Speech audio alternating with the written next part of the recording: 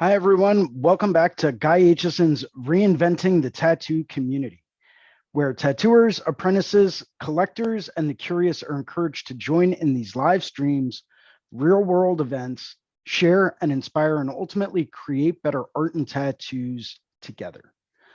We beam out nearly every day, and with your help, we've evolved into a quality network of amazing live and on demand tattoo and art shows that have all been receiving rave reviews. I'm getting an echo somewhere. Hold on. Sorry.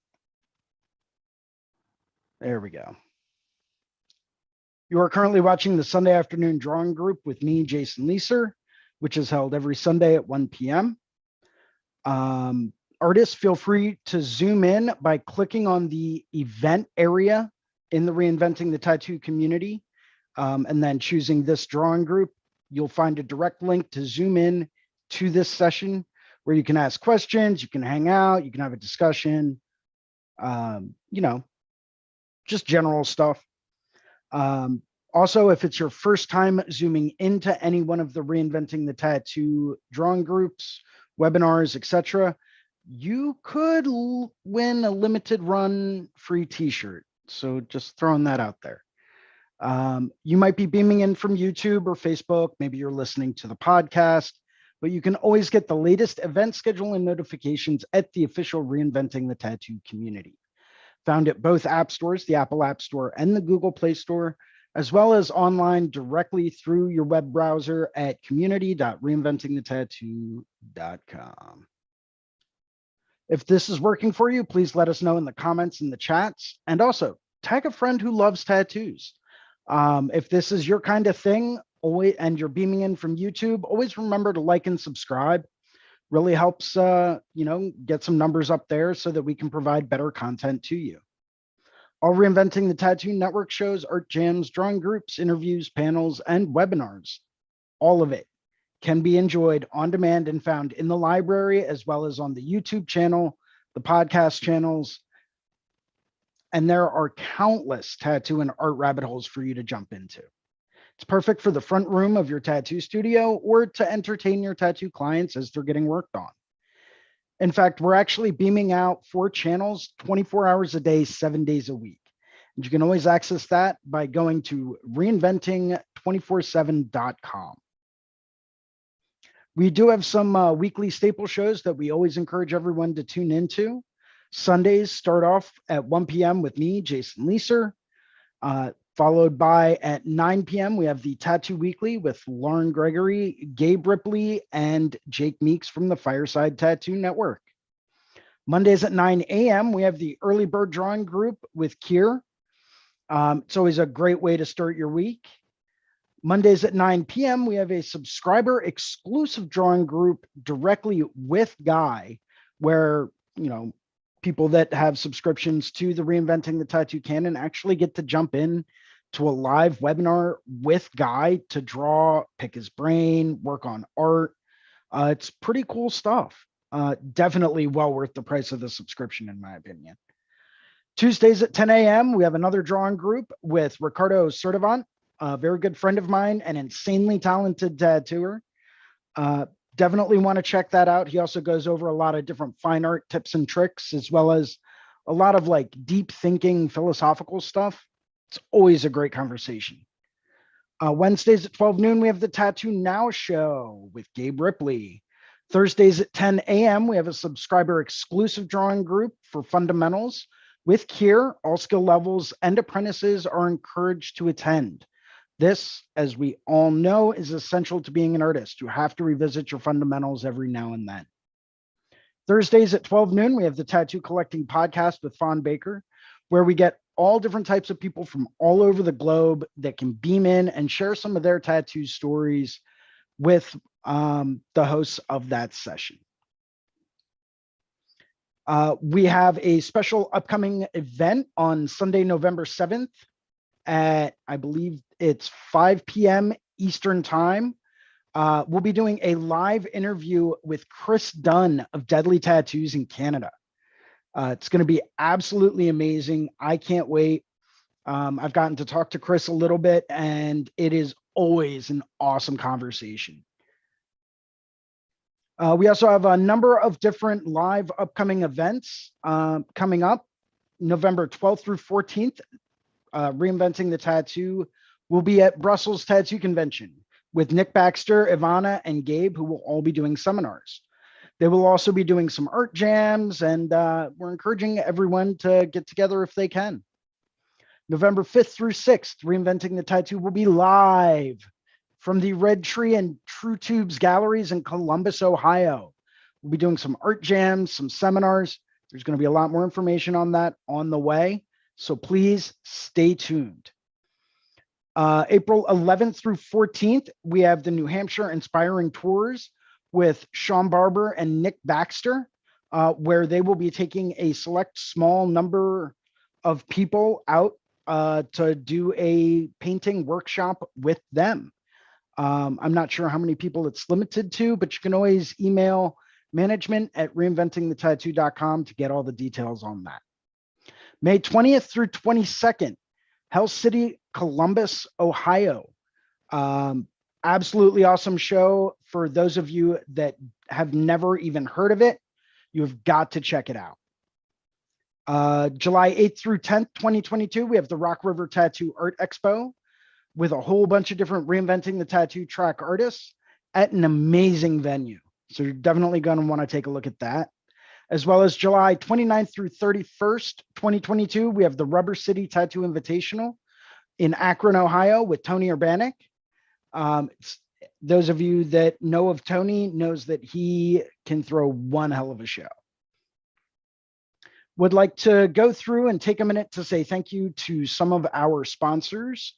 The first one up is Inkjet Stencils. If you're really trying to step your stencil game up and you want to be able to actually stencil a photograph onto skin and then tattoo it, you've got to take a look at Inkjet Stencils. They are absolutely incredible for what they will allow you to achieve and accomplish.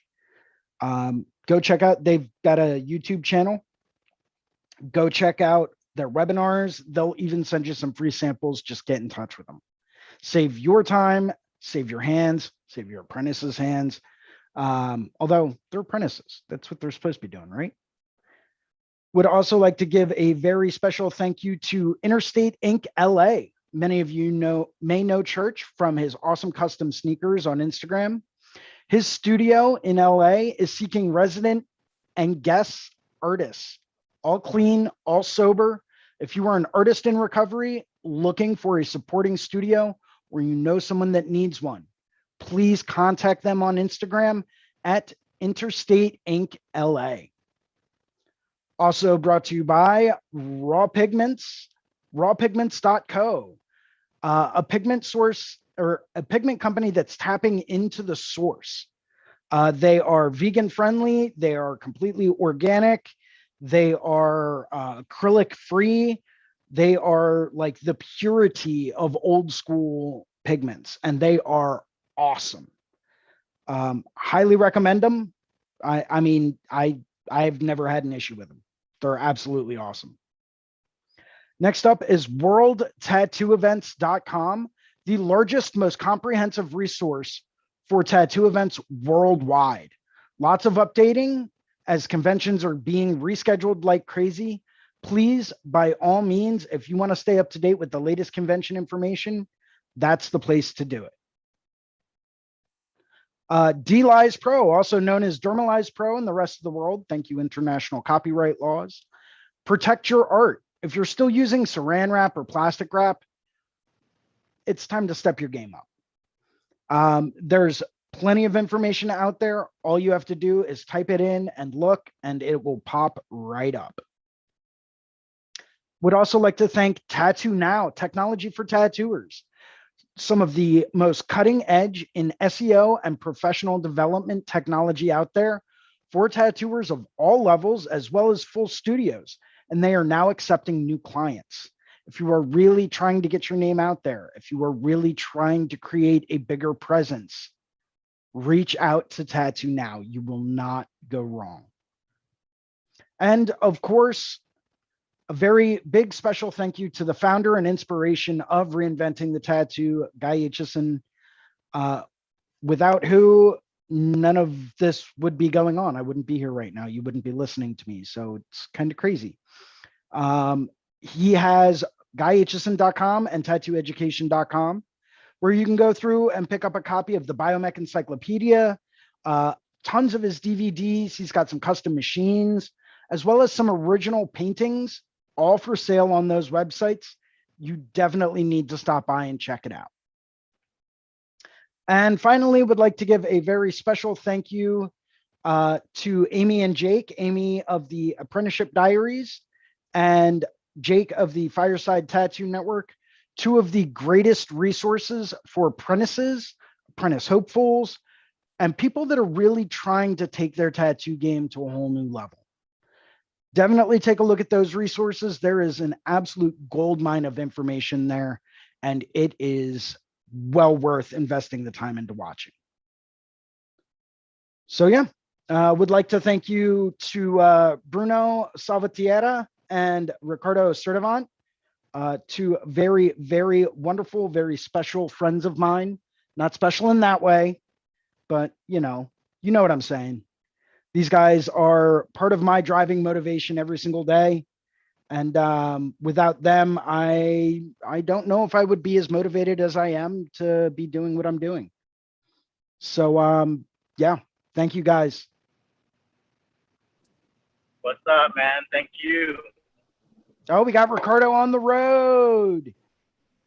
Yeah, Good man. afternoon. On the road this morning. Nice. Hello. Where you headed? Back home right now. Happy Halloween, guys. Happy Halloween. Happy spooky day. Happy Spooky, Halloween. spooky. And likewise, Spooky, Jason, spooky. by the way. Boo. It's a scary day, man. Well, scary for who? I mean, It's actually, Halloween doesn't scare me one bit. I love it, man. In fact, I used to go trick-or-treating into my 20s. You know what? That's funny you said that, because I was literally thinking, man, can I get away with this or what? Like if I put on a mask and you know what I mean, and just say, hey, happy Halloween or something like that, you know what I mean? I think I could do it. Yo, that's all it takes, man. That is all you got to do is walk up to a door, knock on it, say trick or treat, and hold out a bag or, you know, whatever, and they will give you candy. Except for those people that say, okay, cool, trick. And you're like, yeah, exactly. Like, man, all right. Like if I try to do a trick, I'm old. I'm going to hurt myself, man. Definitely. Throw out my hip or something. Let's see. Man. We've got Eric Sosa beaming in from Seattle, Washington. Hey, Eric, what's up? Hello. He's beaming in on tattoos.com Facebook page. Nice. Looks like we've got someone in here from Brazil. What's going on? What's going on? While I have a second, would like to say a very special happy birthday out there to a very good friend of mine named Kathy. She's out in Arizona. Wanted to say happy birthday to you because you were born on the best day of the year. Happy birthday. You rock. We met many years ago and I've been following her career for a while. She's still a budding artist and, you know, she's still up and coming, but, you know, she's got some potential. So just always like to say hi to people that mean a lot. Laurent Buford. Hi from Belgium. Hi, welcome. Welcome. Yeah. What's up from Belgium, man? That's awesome. Yeah, Belgium is definitely a place I need to go, but I also want to do like Belgium, Amsterdam, and then a couple of spots in Germany. I think I just want to take like 2 weeks one year and just go out to like that portion of Europe and just like tour that little area of Europe. Do a couple of guest spots, maybe hit a convention or two. You know, get out there and see that portion of the world and get some different perspectives on things. Absolutely. Yeah, Belgium and Germany, man. Those two countries sound really interesting, especially Germany. I hear incredible things about Germany. I have a friend over there too. Yeah. Would love to visit. Yeah. Germany, Denmark, all those places. I mean, I would absolutely love it. Yeah. Yeah, man. I haven't had I the don't know. chance to go I to fell in Europe love yet. with Europe a few years ago when I went there for like my second time ever. Was about 6 years ago. I went over there to Paris to go and just walk around and just attend the Paris Tattoo Convention. And holy shit, my mind was blown watching Philippe Blue tattoo, and then you walk around the corner, and then boom, there's Nico Rotado tattooing right across the aisle from Shige. I think Shane O'Neill was there, James Tex was there. All of these like legends in tattooing, and it blew my mind. I'm like, just the amount of potential I was surrounded by was just incredible. Or not the amount of potential, the amount of talent. Sorry. Yeah, it sounds like it, man. Potentially get this guy to be awesome too. Well, yeah. So what are you guys working on? Ricardo, I know you're heading home from robbing a bank, so. No. Trick or treat, yeah. Oh, gotcha. Yeah. No, man, I'm gonna go. I'm heading to the shop right now. Actually, I'm not going to the house. I'm going to the shop. So. Gotcha. What about you, Bruno? What are you working on? Finishing up this pretty cool design of like an alien meditation, kind of breaking through a portal. Just kind of finishing the stencil side of it. Like here's the image with some of the lines that I'm gonna be using for my stencil. And nice. and this is pretty much gonna be my reference. And yeah, it's a really fun piece because it's inspired on a painting that I did a while back. This one I did it on a piece of wood. And yeah, a client of mine was really digging it, and yeah, he gave me the good news that he wanted to get it as like a half sleeve in his leg. So just kind of working on the stencil and making sure that I have all the information that I need in the stencil so that I can move fast. And but yeah, man, having a lot of fun with it. That's really cool, man. That's fun that you get to take your artwork and turn it into a tattoo for somebody because they just so happen to see your painting. You know what I mean? That's something I think that we've all been talking about this past week quite a bit. You know what I mean? Was kind of how do you take your artwork and start getting a little more notoriety, I guess, or a little more well known for the kind of style that you're trying to go for. Yeah, I mean that's important for pretty much everything everywhere, It's like I've always been of the firm belief that I hate to go all like Field of Dreams on everyone here, but if you draw it, they will come. Absolutely. Yeah. That's my conclusion after actually having a couple of these pleasant surprises this month where I actually ended up tattooing 3 of my paintings. And that's awesome, dude. So it's amazing, right? But it pretty much, tells me that, as you said, like if you build it, they will come. If I put together these paintings that I have fun with, at some point, it's very likely somebody's gonna want to get it tattooed, and that's like a completely different way to have fun with an art piece, like translating that into a tattoo and everything. So yeah, man, it's great. And you're right, like just gotta create the work, and you're most likely gonna have a chance to tattoo it, or like some people ask, like last thing I'll say, right? Like some people are like, how can I get even me, right? Like I asked this question to myself, like, how can I get more clients to do the type of thing that I want to do? And this is it, you know, like, and it doesn't have to be a big painting. It could be a design, but that you fully render. And maybe at some point, you know, you're gonna have a client that might want to get it. Well, I agree completely, and it's also fun to be able to like finish your own projects for yourself, right? And then be able to have a painting that you enjoy, and then for somebody else to see it and then want it tattooed on them is just such an honor. You know what I mean? But like, I guess one of the questions I have for you, Bruno, is did you find any difficulties taking your painting and turning it into a stencil and getting it ready for the area on the body that you're going to tattoo? No, so far, I mean, in this particular case with the alien, no. I did, you know, I did the painting a long time ago, so I did, you know, make some adjustments in the anatomy. Even though it's like an alien body, it could be however I want, but I made some adjustments there.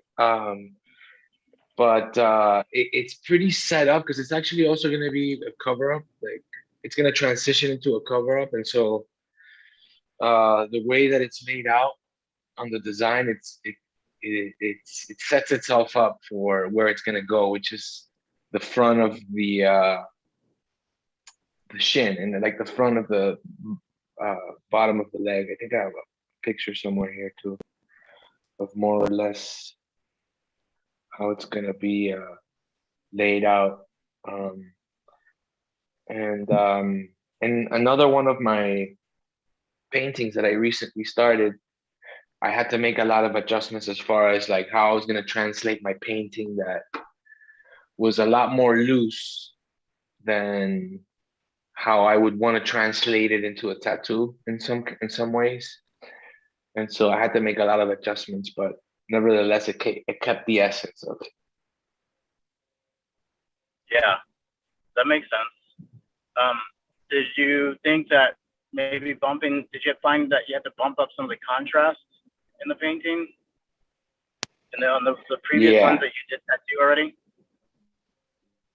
Yeah, definitely. Definitely, like even on this one,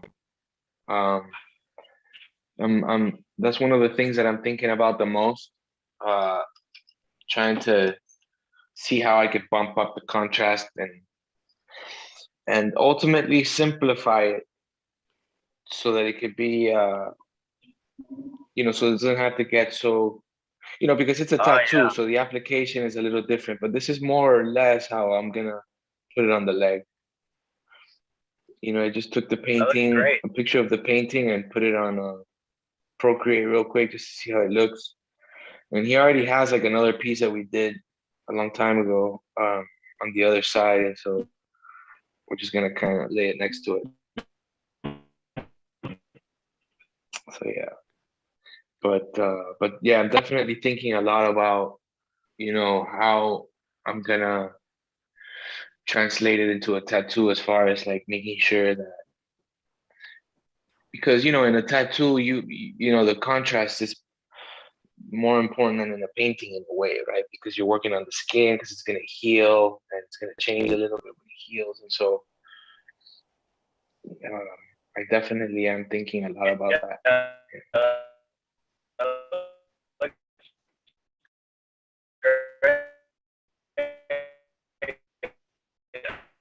You're breaking up on us, Ricardo. Really like how that symmetrical kind of, all the organic. I think you were coming back there, Ricardo. But it's the Ricardo remix. Yeah. That was yeah, I should have Ricardo, started if you bebopping. can hear us, man, we just missed like the last 2 minutes of everything you were saying. I mean, it happens. That's okay. We'll try it again once I get to the shop. I'm almost there. Cool. All right. Yeah, we could hear you good now. Okay.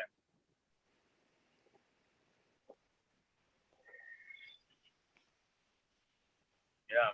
What are you working on, Jason? So I took this this concept Art Nouveau design that I came up with, right? And I followed a lot of your advices and revamped some of the hair just to give it more of like a natural hair flow. And I simplified some of the background element, you know, just to kind of like maintain simplicity because I didn't want to go overly complex with the background. Like the background, what's the word and term I'm looking for? It's basically just the background ornaments, which I've done several different drafts of and several different designs of. Um, but they all ended up being way too complex. So I'll show you what I'm talking about. You know, I try to keep everything that I draw and paint tattooable. So like I came up with this one and I thought this would be cool. But then I started to think about it realistically as far as if I'm painting this, even if I'm using mixed media, right? Between acrylics, oils, maybe some like ink wash or something like that. But even if I'm doing mixed media to get this level of precision is going to be very, very difficult at such a small size. Because the surface of the panel that I'm working on is 6 inches by 12 inches. So it's not big. I went out to Jerry's Artorama. For those of you that live on the East Coast and know about Jerry's, it's like heaven on earth. Literally, if you're an artist, they have everything you could ever desire in life. It's just, you have to check it out. But I went out there and I wanted to get back into oil painting. So I thought, okay, this would be a good idea. This would be a good transition. We'll do something Art Nouveau, right? Great idea. And I don't know what's going on with my image, but whatever.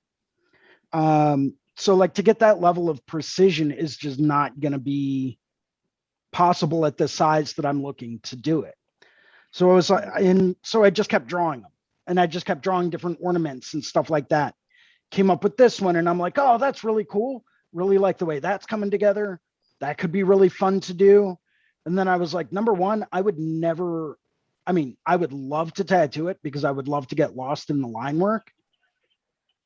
But I don't know if I would have the patience to do that as a painting.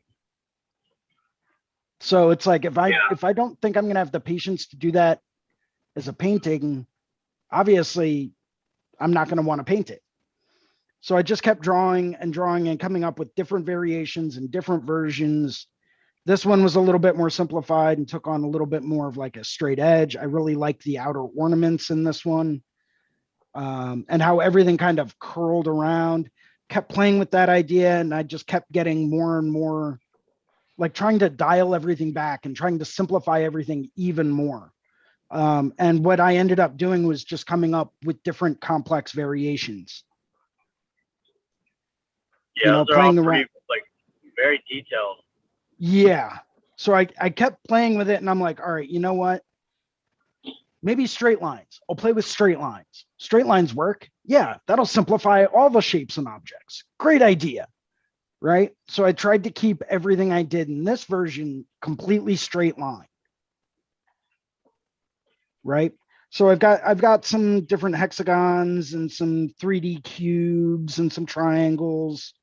I threw those triangles in there just specifically for you, Ricardo. But once again, I thought the level of detail in it was just going to be too small to execute on a painting that size. So I kept boiling it back and I was like, okay, what if we just did something like this? Very simplistic. Most of it's going to be covered. It's got kind of like a rose window-esque feel to it. So I can really play off of the shapes there. Maybe this will work, right? So I took that layer and I copied it and kind of threw it behind the head and the face here. Love it. With like some graduating circles, which is something that I love to do. So I'm just kind of playing around with. I'm just playing around with color scheme right now, just blocking stuff in, but that was tricky, man. I just kept doing the same thing, even though I was trying to simplify, it just ended up being more and more complex every single time.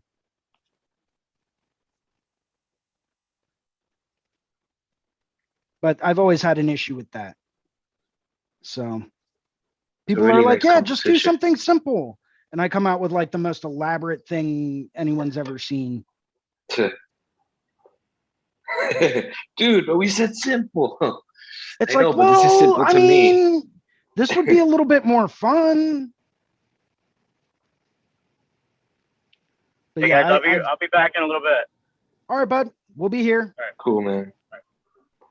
Yeah, I've always had an issue with simplification. Mm-hmm. And just really boiling things down to, um, what is the base essence of what I'm trying to accomplish, Right. and how can I exhibit what I'm trying to portray in the least amount of elements and shapes. It's always been a struggle for me because I love detail, I love complexity, and I love movement, motion, and intricacy. I love that kind of stuff, right? Right. So for me, it's always been just an absolute challenge to go through Absolutely. and dial it back and say, well, I don't really need this bit of information. I don't really Yep. need this little bit of detail here. Maybe I don't need this, but it doesn't look complete without this. So I have to put this in there. And it's like, but you don't. Yep. That's why Yeah, I man. kept the hair very simple shapes, very bold lines. And I'm just trying to simplify the process. Yeah, it sounds easier than it actually is to Oh yeah. simplify a composition or a drawing. Um, but I definitely always keep in mind that quote, right? Like less is more. A lot of the Right. time I bring it up for clients too, and I try to explain to them why it's important that we're a little bit more selective in regards to how many of the elements that they are interested in having in their composition can actually fit in without making it too crowded, too cluttered with too many things, because less is more sometimes, Right. and I feel like usually they understand, after I bring it up, because a lot of the time, it's the majority of the time they have about 10 things in mind that they want to incorporate, and sometimes, having five, in a bigger size, will be way better. And so that's when I bring that kind of thing up. But also myself, like it pretty much happened during the Monday night uh, classes with Guy Atchison. That when I first started, my rough sketches, were too detailed to begin with, and I started to realize that I started to think about why I was like falling behind or taking too long compared to everyone in the class, which is a Right. pretty cool thing. Well, except for me, because And I'm like the slowest person in that uh, class.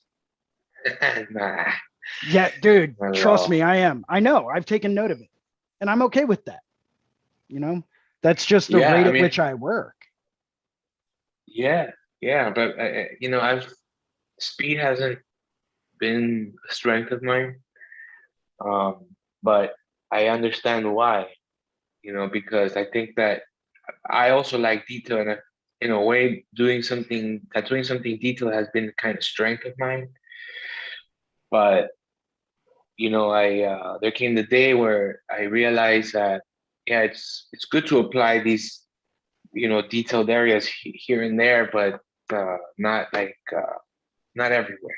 It's better to choose areas to isolate detail, and at the end of the day, it actually makes the composition more attractive, most likely, because Right. you'll have a balance of shapes and detailed areas and non-detailed areas and out of focused areas and focused areas and so on, right? But like I know the concept, but it's kind of hard sometimes to apply it, when it comes to drawing the design.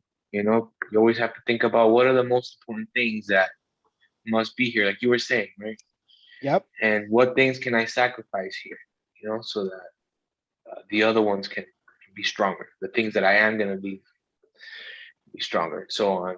And but yeah, I think it's a really important thing to keep in mind. I think when putting together any kind of composition, I think, like how detailed are you going,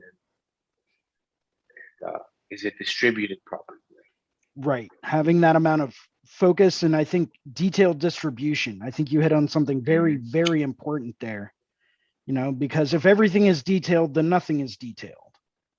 If nothing is detailed, obviously nothing is detailed, but Exactly. then everything ends up being on the same plane. You know what I'm saying? Exactly. And you definitely want to create a central source of focus. And sometimes it's very difficult to determine that. Exactly. Yeah, like you said, like if everything is detailed, then nothing is detailed, right? And if everything is detailed, background, foreground, then everything's going to be on the same plane. There's really not going to be a difference between the foreground and background. Therefore, the composition won't be strong as far as it being readable. And so like before I knew a little bit more about this, the importance of this concept, I would always paint and put things together, and I would do detail everywhere, and technically I was, doing it well, but I was never satisfied. Like there was something that I just didn't like about it as much as I like other compositions. And it wasn't until my friend Stefano brought it up, and that he was giving me a critique, and he just told me that maybe I should choose where I'm gonna leave my detail, and like my background was detailed because I had ideas for the background, and then my foreground was detailed. So he told me, why don't you like try to mute down and like put out of focus that whole background and see what happens. So a really simple example, right? And so just by making one of the two areas, in this case the background, out of focus, I liked my painting so much more, and I was starting to get closer to what I do want to see as far as a result, right? And it was all because everything was in the same plane. Everything had a lot of detail, had a lot going on, had like highlights and dark areas. This was a long time ago, but definitely starting to consider these things before, putting together a composition or working on a painting has made a huge, enormous difference. Enormous. Yeah, this is so just to give you an idea, like this is draft number 3 that I've done of this same base idea, but it's through that refining process, like you were stating, it's through that refining stage, that refining process where you really go through and dial in on exactly what it is you're trying to portray, and I think that's really, it's really helpful. And part of it's learning, right? Learn by doing, Adam's in. Atomic, what's up, bud? He just jumped in on YouTube and made a comment. Vern Frederick Atomic says, awesome tat. Thank you. Caroline, what's up? Christine Anson, very cool. Love it. Cool. That piece will make this will make an awesome sleeve, top of the arm. I'm not opposed to doing it as a tattoo. And I've got a lot of stuff that, I've drawn, I've done paintings of, and things of that nature. I've got a lot of stuff that I've drawn up that no one's ever seen, just because like I'm very selective about, a lot of things that I pour my heart and soul into that I want to do as tattoos. I've got a Right. number of different back pieces drawn up, and I'm just kind of like waiting on that one client, that expresses interest in maybe getting something like that done. And it's like, okay, if you're really interested and you're really serious about doing a whole back, and I'm talking like neck to knees, I'm not talking like, Right. oh yeah, I just want like shoulders to belt line. No, this is Right. like Right. Right. this is like a commitment piece, right? Yeah. Exactly. Exactly. Well, a couple of them are commitment pieces. And it's like, I'm going to keep those on reserve for people that are like super serious, that really want to collect something where they can really be invested into it. They can really turn around later on and, just look at it and say, wow, I did that. And it's awesome. Yeah, man. That's where I'm kind of aiming these days, man. Just going bigger, with every project that I can. I used to like to do things small because I could do, I felt like I had, I could do a lot of detail in small areas, but these days the last thing I want to do is a small tattoo that is very detailed because I feel like it's like a missed opportunity in a way to do that same tattoo but bigger, and it could be that detailed, but it would just look so much better in the body. But Right. not only going bigger, but ultimately I would love to end up, working on a bodysuit, like, and I think that, my strategy, I mean, it's not, super solid strategy, but so far, right? What I'm thinking that I gotta do to get closer to that goal is just, just like my paintings, right? Like just like we were saying, like, if you build it, it will come, right? So Right. just rough sketches and designs for fun of full body, full body designs, and I think that it really is just a matter of time until you find that client, like you said, that is kind of feeling it and that is committed enough, and that maybe you can potentially, if you want to, right, you can potentially work a deal so it's a little more manageable for Right. the client. Um, Yeah, I'm and definitely one of those guys where it's like, oh, you want a suit? You want to get suited? Okay, cool. I'll cut you a little bit of a deal, right? I mean, because I know you're coming back and you're investing all of this time into it. Doesn't mean it's going to exactly. be, dirt cheap, but No, I'm no, willing no. to cut fucking deals on that kind of stuff just because that's the kind of thing that I've always loved to do. Um, but at the same time, I've got to be able to make my money's worth out of it. And I need to know Oh that yeah, said person is going to be reliable because reliability is it's everything. it is, man. And and that would be a thing that I would potentially be okay with doing at the beginning as I find myself getting closer to that goal, but there's gonna come a point where that won't be happening anymore, but Right. it could be helpful maybe, as you start on that journey with the client, especially first couple times, I guess maybe. I mean, I'm not really sure how good advice I'm giving with that, but that's just kind of what I've been thinking that might be a good idea to do, just to have the client also, sit for a certain amount of money for the whole day kind of thing, so that they know what they're up against or something like that. Right. Now, I will say this for anyone out there that might be listening that, is all about large scale tattoos and working big and all that stuff. Like, if you're just getting into it, if you are taking baby steps, even if you're mid career and you can execute some like small stuff 100% flawless, but you're still struggling with medium stuff, don't even attempt something huge. You're literally only going to be setting yourself back because it's not going to go the way that you think. There's a lot of adaptation that has to occur when you're working large scale. Uh, and it's something that I constantly see a lot of people that might be earlier in their career doing that, doesn't really, it's not really that beneficial to that individual. Start small.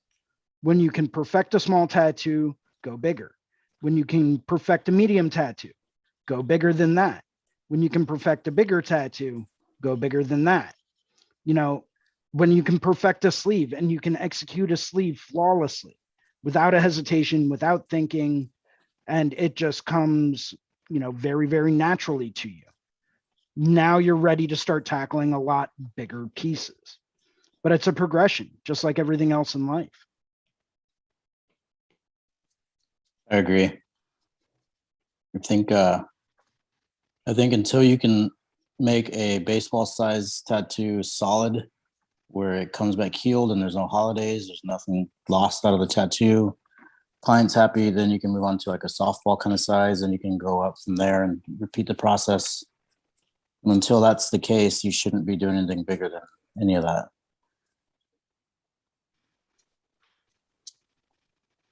Absolutely. It's kind of like a reverse process from painting, right? With painting, you start broad and work down and you dial in your detail. But with tattooing, it's like you start small, dial that in, and then you can start working on bigger compositions. Right.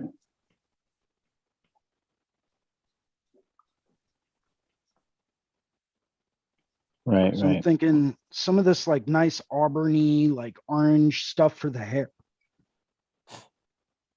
Nice. This is just like a rough like color study, by the way. This isn't like going to be a final print or anything like that. Although it may turn into that, but this is literally just me trying to get like a mock-up color scheme down. What are you going to do for the skin tones, you think, with the hair being that value? So if I did the hair this value, I'd stick with a little bit of a cooler skin tone, like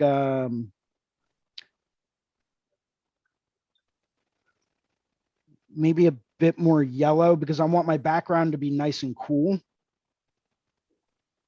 What about some oranges kind of lightened up? Some lighter oranges. You think I should go more orange than yellow? I think a little bit of blend of the both, or maybe some pinks more towards like that reddish kind of. Oh, good call. Yeah. Good call. Good call. Good call. Yeah, because then that'll really make that background pop out that much more. I concur. Like having some like orange, because it tends to be like a brighter color, so that the background, which will most likely have muted tones, can like push the girl forward. Right. Is that what you were thinking when you suggested that? The orange? Yeah. But I think the reds will be really nice against those browns though, because it's not too far away from that brown, so to speak. So I think if I end up going through with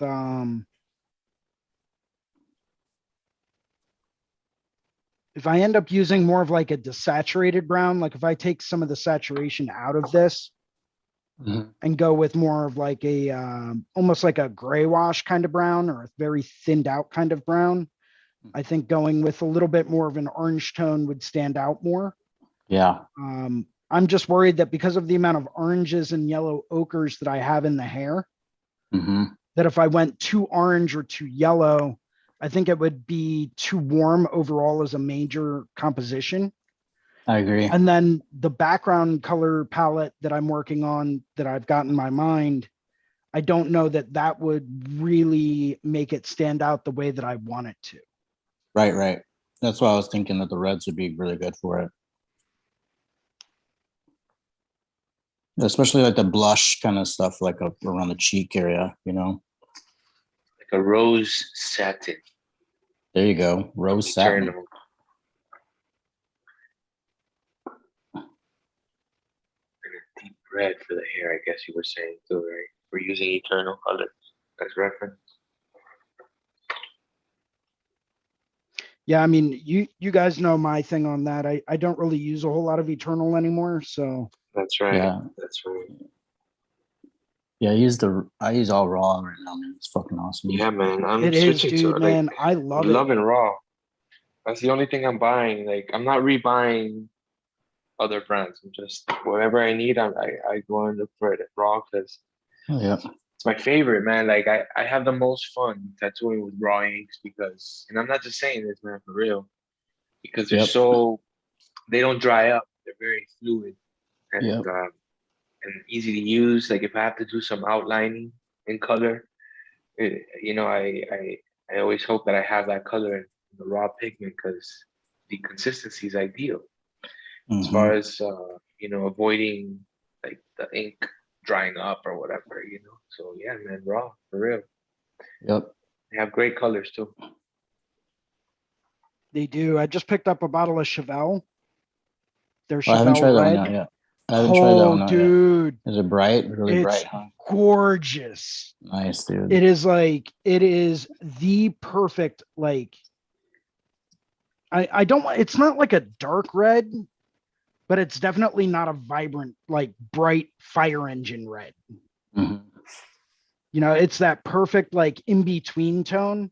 So I'll use that into one of their bright reds.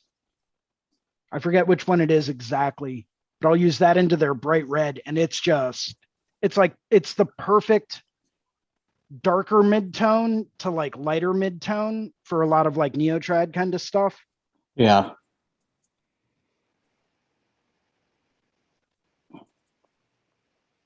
Awesome. And just picked up a bottle of I think it's called Swamp, that like olive drab green that they have. It's a Yeah, newer color. Absolutely love it. I'm gonna have to pick that up. It's like the perfect olive drab green. Nice. And I've tried just about every olive drab green I can find. Yeah, you know, I've always ended up just making my own, but if I can find the ink, the right value that I like for myself personally, then I mean, why just keep messing with that? You know, you can just pour it straight out of the bottle and say, yeah, boy. I also find that, you know, it lends itself more to consistency. Yes. You know, so if you do have someone that comes back that for some unknown weird reason, you know, they need a touch up, you know, it's right there. You don't even Right. have to think about what colors did I use to mix this. Right. Because Right. as we right, all right. know, you can make olive drab green in many different ways. Yep. Yep. You know, so I like being able to have a bottle on hand for consistency's sake. That makes sense. I can see where you're coming from with that. Like, it just makes it easier on everybody. Like, the customer's happy, the client's happy, you're happy because, you know, you've done a really good job with the tattoo. They're stoked, and it's all groovy.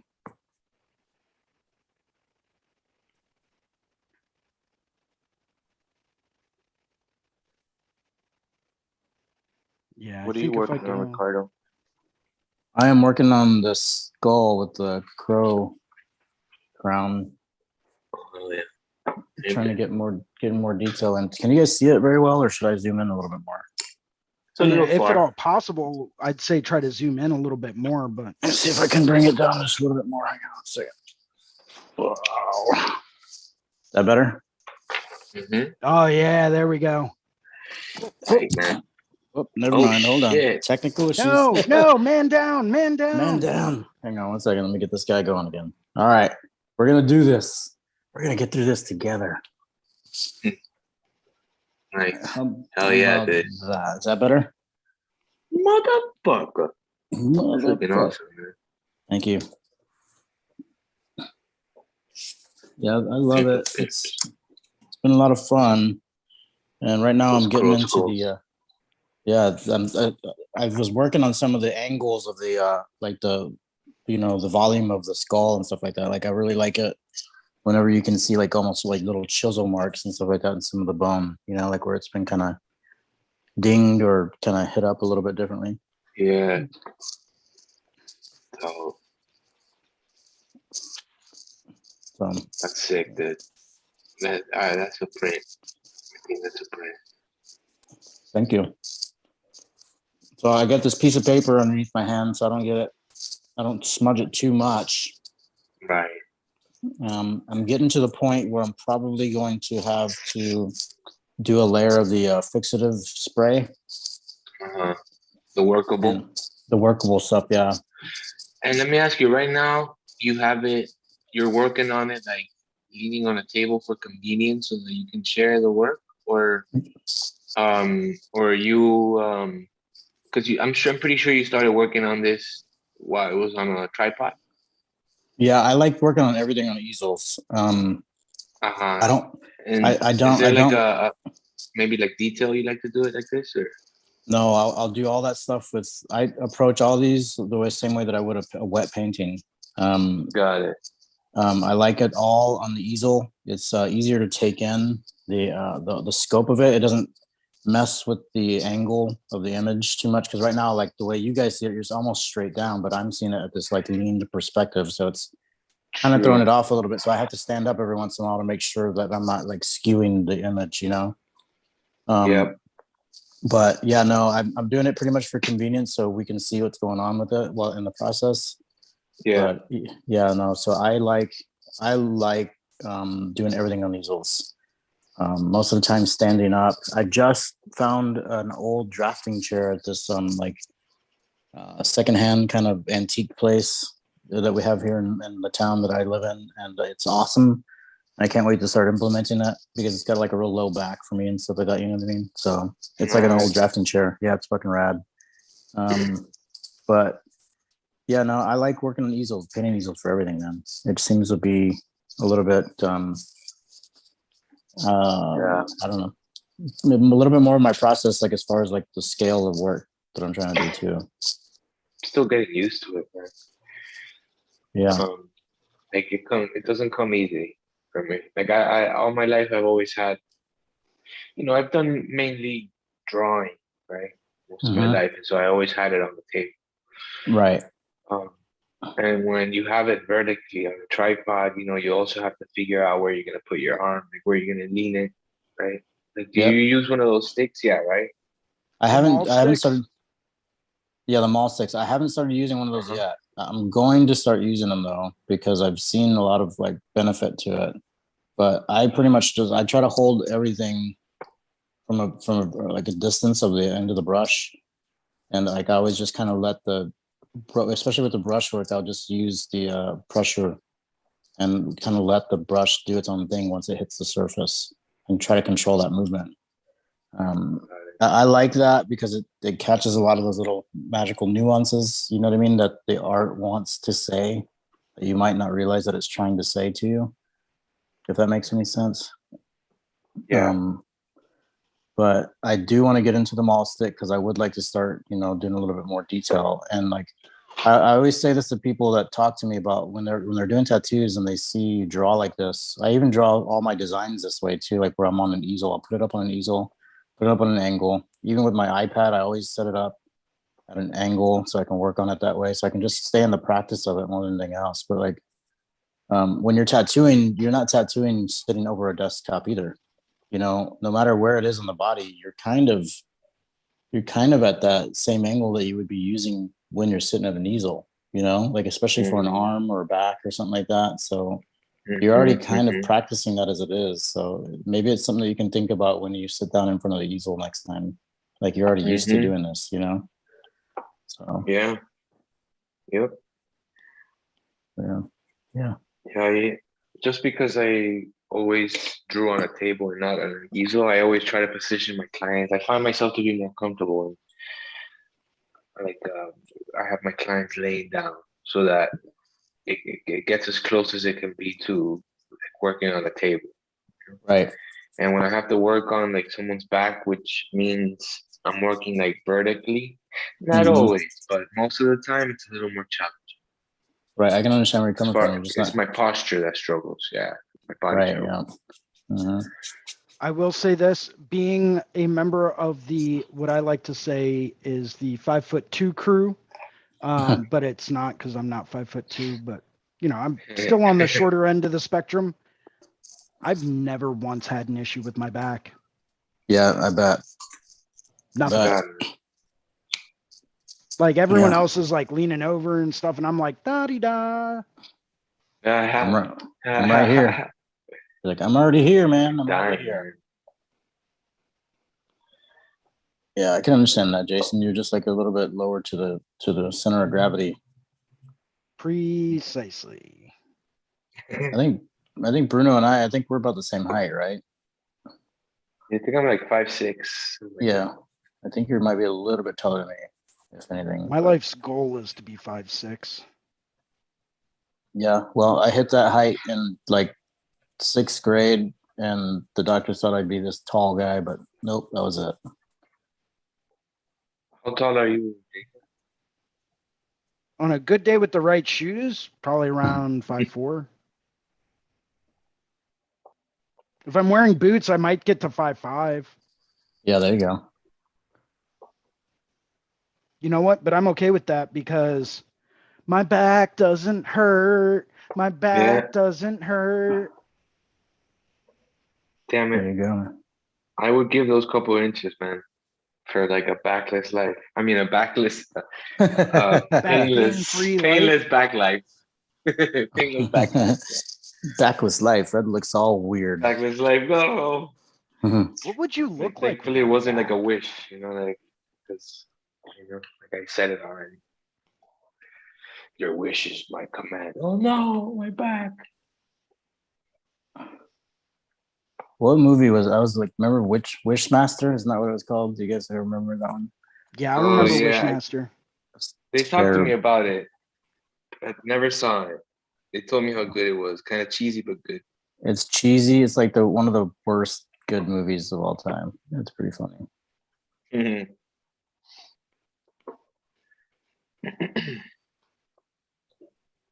Yeah, so I'll be working on this for a little while today, and then I'm still reorganizing my shop. So I don't know about you guys, man, but I can never feel like everything's in the right place. You know what I mean? Yeah. Yeah. I find that just limiting the amount of things that I have kind of helps with that at the studio. Yeah. And I mean, anyone that's been to my house knows that like I've got a ton of shit, you know, but that's also, you know, that's not when I'm at work. When I'm at work, I try to stay focused. If I'm bringing some art stuff to the studio to work on something at the studio, say I've got like a little bit of downtime for that day, or, you know, I got an all day cancellation, but I want to be there anyway, just to pick up some walk-ins or something.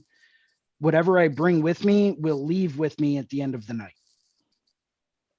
You know, so that way I'm not keeping unnecessary stuff at the studio. Right. You know, I try to go through once a month, maybe once every other month. And I basically just take stock of everything that I have there and ask myself, is this a necessity? Do I absolutely need this? You know, and if I don't absolutely need it, I either take it home or I throw it out. Right.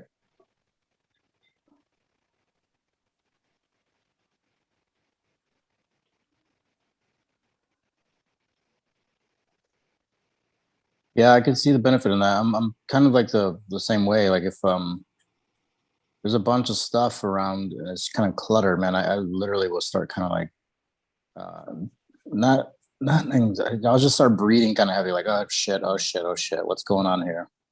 Right. Getting a lot of sorts here, guys. We need to take a break, and I need to pick some of this shit up. So I feel you. I feel the same way. What's up? Everything to have a place. Right. Exactly. It needs a my home. trick, man. I just put everything in its place. I'm kind of ADD like that. I don't even know if that's what I'm saying the right I mean, term. OCD. OCD, yes. ADD is more like, has a place, shiny. man. And I feel like in a better position to like make art, you know, when everything is in its place. Exactly. But it works, man. Like everything stays pretty organized, and I'll right away I'll notice when something's out of place, and I'll just put it back in its place, and then bam, everything's back to square one, organized. That's awesome, man. Not a bad thing at all. People were like talk about that like it could be a bad thing. It's like it can be productive as long as you maintain it. Yeah.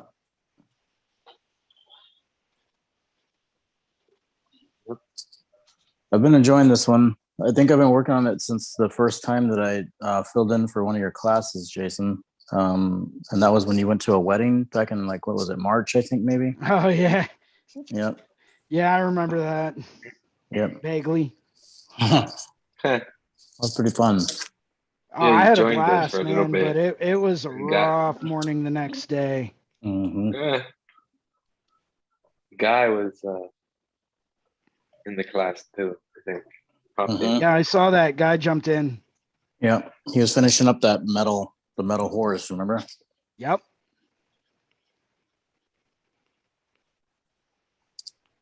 But yeah, I've been working on it on and off since then. Most of the time that I've been working on it has been whenever I jump in the classes or on Sundays. And I've been getting closer and closer, and it's actually been pretty fun to do it this way because one, I get to see the progress through it, and then two, I get to kind of like keep it on the easel and set it back across the room and take a look at it every once in a while. You know what I mean? And Yeah, start take figuring some out. stock and evaluate and reevaluate and look at it from a different angle. Yeah, fresh eyes, exactly. Fresh eyes, and it's been helping out quite a bit. You know what I mean? Like normally, I'd feel this drive to try to like fill as much of that white negative space of paper as possible. But this has been pretty fun to be able to just really lament on it, like kind of look at it, take it in, like you're saying, and add to it here and there whenever I see that I can do something else to make it that much just more visually appealing. Yeah, it's something I've been trying to work on as well, is just using the pure luminance of the white of the paper to really help direct my light. Yeah. Mm-hmm. So it's one thing that you don't really get when you work with oils or when you work with acrylics or things like that. But I've found that like if you're working with liquid watercolor, if you're working with watercolors in general or liquid acrylics or anything like that, if you layer everything too opaquely, it almost gives it this weird kind of look, because what you're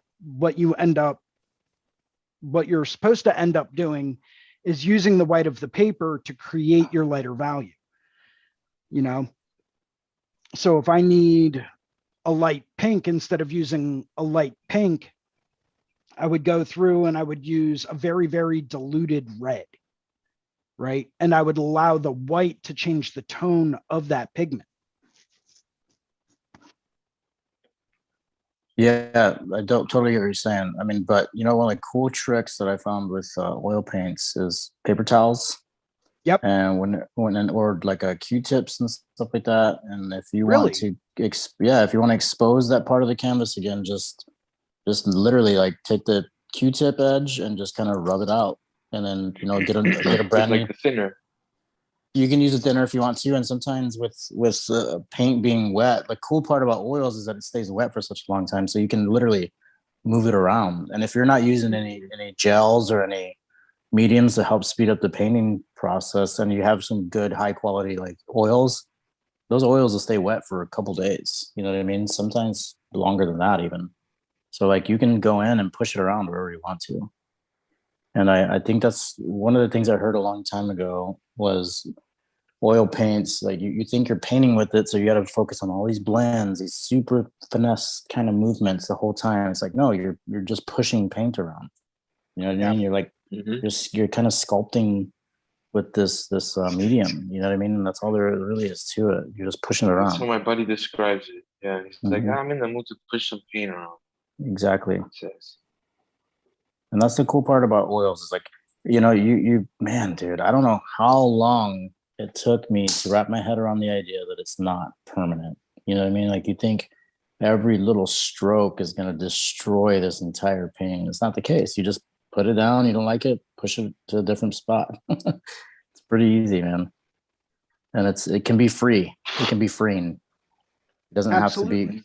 It doesn't have to be like full of tension and anxiety. And if that's the case, then you need to kind of like take a step back, you know what I mean, and find out what the hell it is that's making it so tense for you. Sometimes it's not even the painting itself; it's just something else that's going on. Right. Well, it goes back to that whole concept of permanence, right?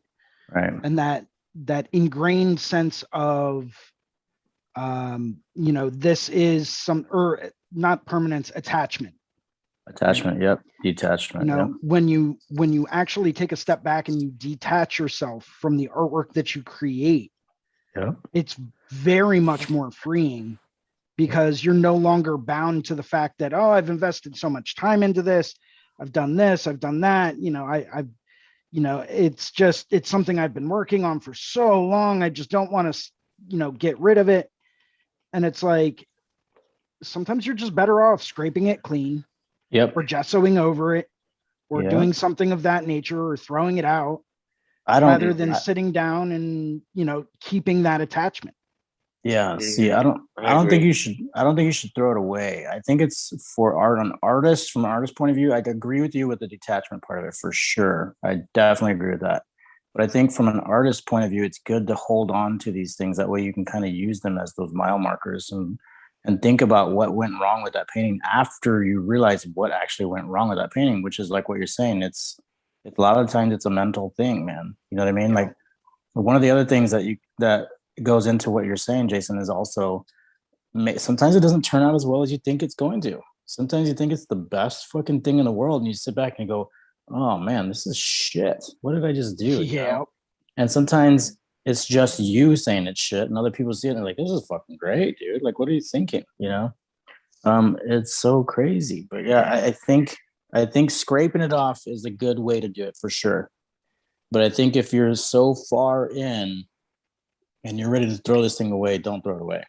Just set it aside, man. Set it aside. Yes. Look at it later. Yep. Maybe Put it in the corner of a room. Start the project again if you need to. Yes. If you wanted to take a fresh approach to it, or a new step or something like that. Yep.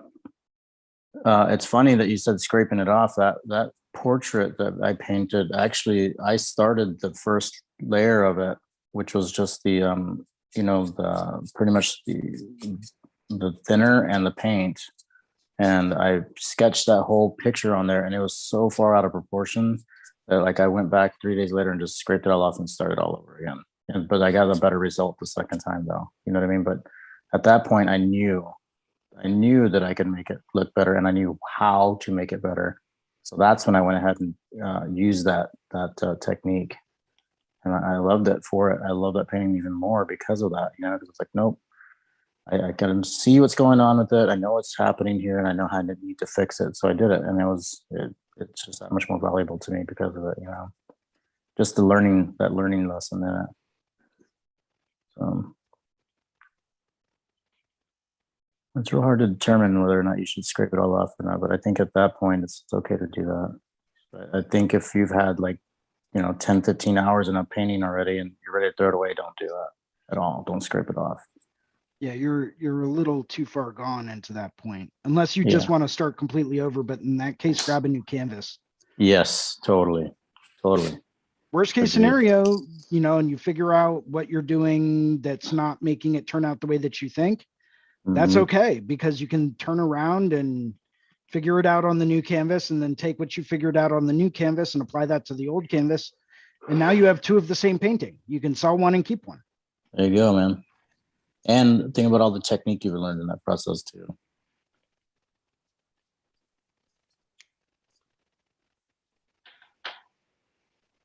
I'm glad that you got some oil paints, dude. It's gonna be fun to oil paint with you.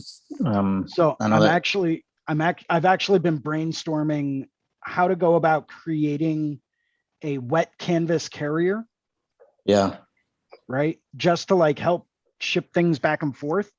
Oh yeah. So that I can start going to different shows and whatnot, and bringing oil paints with me, and bringing canvas and whatever. And I've got an idea down for some smaller stuff. Killer. I think I'm gonna hit up my friend Pat and have him help me out with the actual construction of it. Yeah. But I think I'm going to take like an old like baking pan, Uh-huh. an old steel baking pan, use that as like my bottom portion. So I Mhm. can have like my palette in there. I can have, you know, maybe an area for like some liquid or some thinner or something like that. And then that would be in one stored portion of it. Yeah. And then I think I'm going to try to put like a clamshell hinge on it so that as you open it up, sitting on the inside of the other baking pan, because it would essentially be two of the same size that would be hinged Mhm. with like a little latch on the side. And on the inside of the other one, I would have like a couple of little drill holes that you could drill into a panel, like the sides of a panel that aren't going to be painted. Oh yeah, okay. Know what I'm saying? And then so you can drill onto the insides and then put a couple of wood screws to hold it steady, to hold it to the inside of that lid. Yeah, it doesn't sound like it's going anywhere. Right. So that's what I'm thinking, because the Mhm. oil paints aren't going to move from the glass, the piece of glass in the bottom portion of it. They're not going to move, right? Not with the construction idea I have in my head. Yeah. Which means you would then only really need somewhere to put your paints, store your paints and your Mhm. brushes. Yep. Sounds like a pretty fucking cool idea, man. You heard it here first, ladies and gentlemen. Right? Patent pending. Sunday afternoon. Drawing Ah. session. Jason Leeser. You heard it first. Yep. Reinventing the tattoo. Well, part There of the you go. reason why I started to brainstorm that up is because I was looking at like these like palette boxes that you can get, right? That Yeah, hold like- like a canvas panel. They hold like a wet oil palette, like a glass palette. They've got like different attachments and shit. And I was looking at those and I was looking at the prices of them and I'm like, are you fucking kidding? Yeah, they're pretty expensive. I know exactly what you're talking about. Bruno was actually looking for one for his friend that paints while we were down in Miami when we were at an art store that was down there. And we couldn't find one there either, I don't think. Like a plein air palette? Or Yeah, it's kind of like a plein air palette, but you can store like what you're talking about, where you can store these little panels and stuff like that, and you can carry your paints and everything like that too. So it's kind of like a travel pack. Uh-huh. I can't remember what he called it, but I found them, and then I thought I saved the link on my search on my phone, but no. I think I know exactly what you're talking about. I'm pretty sure I saw some of those on Amazon the other day. They were called.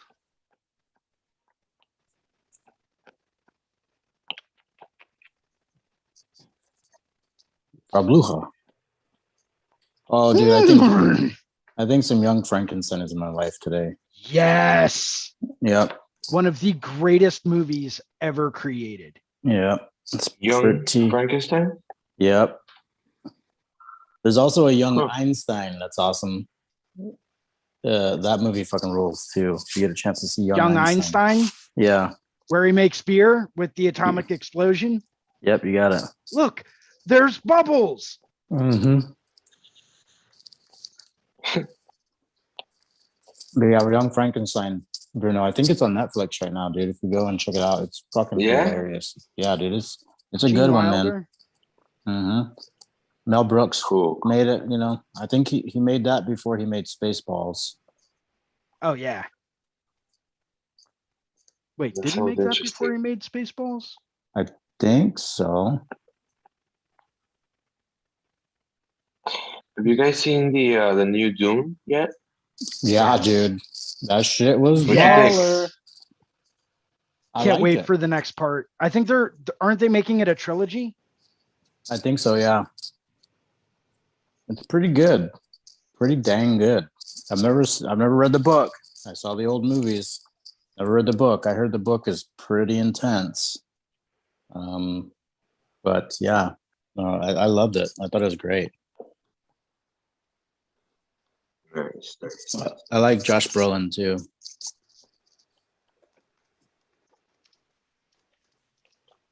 Yeah, but I'm gonna make a little time to watch that one. Good, man. I think it's temporarily available on HBO, right? Yep, Yes. you got it. I saw that and I was like, yes. I tried clicking on it today, but it was like, sorry, we're having trouble. Uh-oh. Yeah, maybe 20 people watching. It could be it. Yes. The bastards. But yeah, a lot of time will come. They're over there messing with my emotions, Bruno. I said when they do that kind of stuff, it's like messing with my emotions. Yes, dude. Post shot. It's a What is it post called? shot box. That's it. That's the one. Uh-huh. I'm gonna write that down. Post shot box. How do you spell it? POCHADE.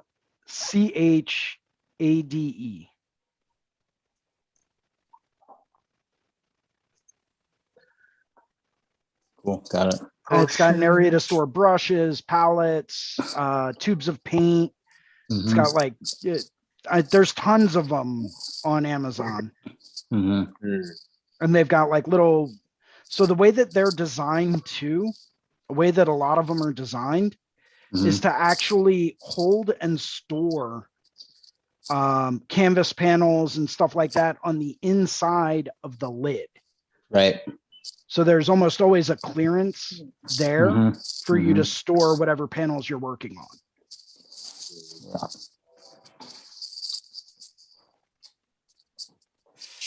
All right, I'll be right back. I'm going to grab some reference real quick. Okay.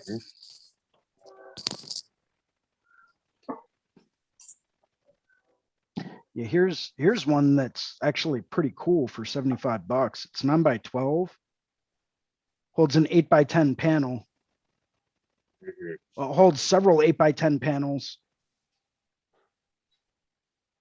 That's a pretty good price, because they were like around $90. Yeah, but it looks like it's just a carrier. It doesn't look like it's a whole setup. But it's a Sienna wet panel box. And that's for specifically carrying around multiple wet panels. Shit.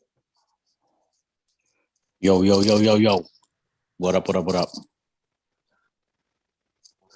yo? Okay, let's see. So let me ask you guys a question. The answer is 37. The answer is 42.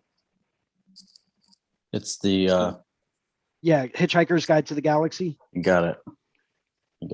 Okay, so besides the answer being 42, what do you guys think about this? Like quote, like I don't know. It's mostly supposed to be like a fabric back here, but I don't even know if I should do too much. Should I just do a mid-tone almost the way the whole through? Hold on, let me spotlight you. I think so, yeah, like a light mid-tone or whatever, right? Like so it can fall behind. Yeah. And maybe a little bit less contrast between the background and the back of the skull. Like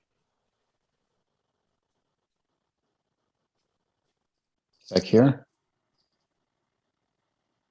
kind of create that fading away 'cause it's further back. This area right here?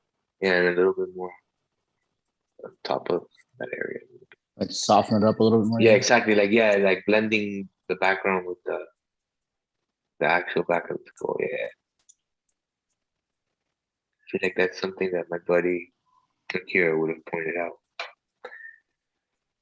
Force that perspective. Like that, he's told me that sometimes, like soft. He looks to make sure that there's soft edges in the areas where there should be.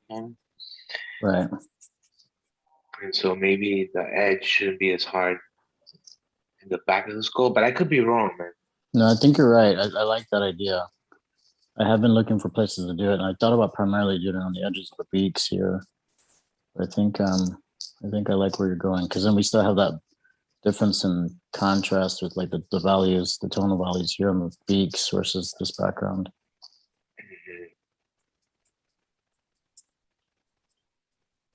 Yeah, I think this will help make the highlights on the bird skulls and on the skull itself like pop out that much more. Yeah. Yeah. Like I feel like the white, whatever white is left in that whole top area that you're working on right now should probably be gone, right? I think you're right. Yeah, definitely tone it down. Yeah. I'm all done with the alien stencil. Yeah, let's check it out. Want to see it? Yeah, we're gonna highlight Bruno. Yep. On it. Hell yeah, you are. Oops. Sorry about the noise there. Cool. Show us what you got, Bruno.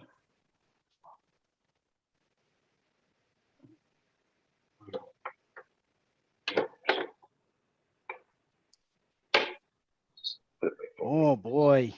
Oh, that's nice. Man, dude, it's crazy. I want to share like how I'm going about like using my stencil, like what I'm kind of outlining, so mapping out. Right on, man. Yeah, dude, there you go. To make it as easy Fuck as yeah. possible for me to lay out that first layer, Mhm. without thinking. Like, boom. So those dotted marks on the stencil, those are going to be done in color or like a wash? No, everything's colored. Okay. So I'm gonna go straight into the color, like straight on those areas that are dotted with like either black or like the really dark area, and then I'm gonna go straight in with the like medium burgundy, or not burgundy, like magenta, dark magenta, um, and just kind of lay out as much as possible on that first pass, including all those dark areas. Same thing in the body, just kind of putting all the little shadows in there, and, outlining some of it, but like not in black, in the color of the alien, because I'm gonna minimize the blacks, like in the area where the alien is. I'm gonna try to keep that background really muted too. Um, and, yeah, something like that. Nice, dude. Nice, man. I Very like nice. it. Yeah, looks like One it took hell some of a time. stencil. Yeah, agreed. Would you have done something different with the stencil? For me, honestly, yeah, I probably would have kept it a lot simpler. But I tend to get confused. I tend to get confused whenever I see that many like little dots and stuff like that. You know what I mean? Like I think one of the other things I would have done too is do the hatch marks wherever it's darker, in the direction of the form. Right. You know what I mean? I think that helps me out quite a bit more, because it's not quite as nice as the inkjet stencil thing can do with like the value study and stuff like that, but it helps me realize where my dark shape is going to be, like the dark part of the form. Yeah. So I'm thinking that maybe I might end up doing that. I was thinking about skipping it, just so that I don't clutter the stencil anymore. Right. With more lines and more information. Because I can, without that, I can get away with it, but I'll just have to spend a little more time looking at my reference, making sure which is the darker area. Because I won't mark it on the stencil. But yeah, you're having me rethink that, and maybe I might end up making it easier for myself if I just kind of like throw some like little dashes in the areas that are dark.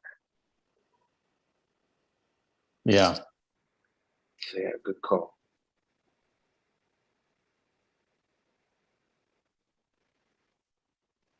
Killer, man. Cool.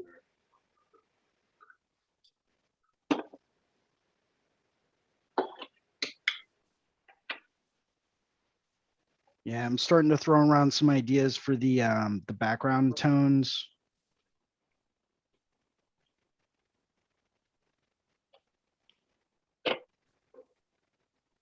And it is not going the way that I had thought. So the female has mainly muted tone. So are you gonna put like bright tones? You're gonna keep the tone bright behind it? Yeah. Well, I'm probably going to mute out the background a little bit more than, because I want to keep this pretty saturated, especially with like the hair in the foreground. Mhm. That's going to help draw attention to that. But that's also why I'm trying to keep the background kind of simplistic and just do flat tones.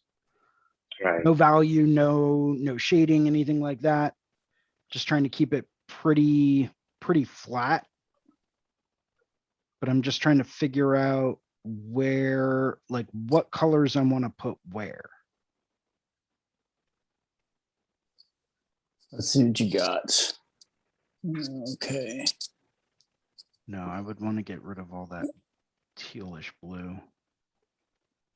Do something with her lips real quick. Like add a little bit more of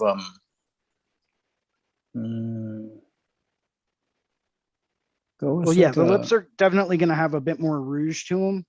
right. That's what I'm saying. Like I think I would add it at this point if you're questioning a lot of that, what it is that you're questioning with the browns and stuff. Like add a little bit of the lips in there first, because sometimes I think whenever I start adding for me, when I start adding the darker areas, I can see a little bit more about like what needs to be lighter next to those darks. Does that make sense? Because you don't want to just stack on top of itself. Well, right now I'm just trying to get a rough idea for the background. Okay. That's what I'm saying. Like, for that's like usually this background ornament. right. So you're saying add a little bit more rouge to the lips. That'll help bring that out a little bit. I think it'll help you see a little bit more about the balance of it. Yeah, that's just me. That's my eyes work that way for sure. That's a good point. Maybe like a little magenta on that core where you have the yellow. It's kind of like in the same family as the flesh tones. Just throwing.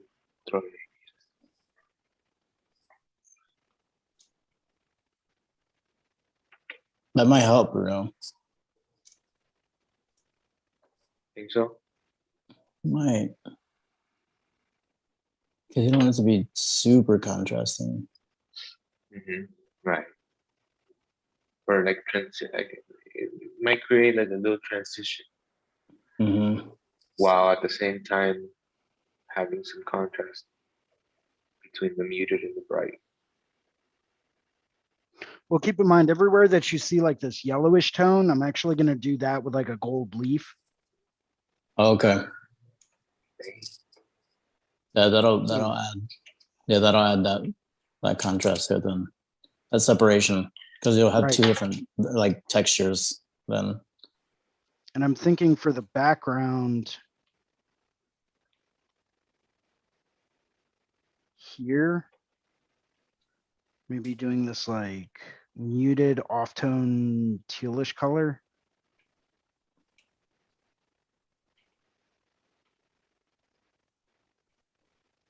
You know, man.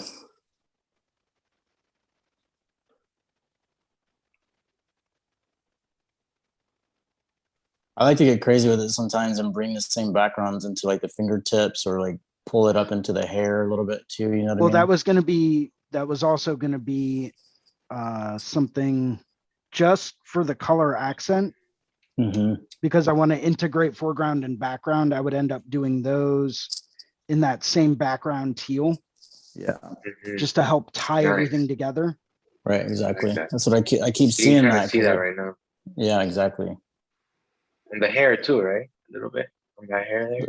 I would, like underneath the hand Back and end. stuff. Yeah. You would throw some of the teal in the hair? I'd blend it in for sure, man. That's Yeah. just me. That's my, And you and can then kind of see it right now a little bit, you know, like you Yep. can picture it.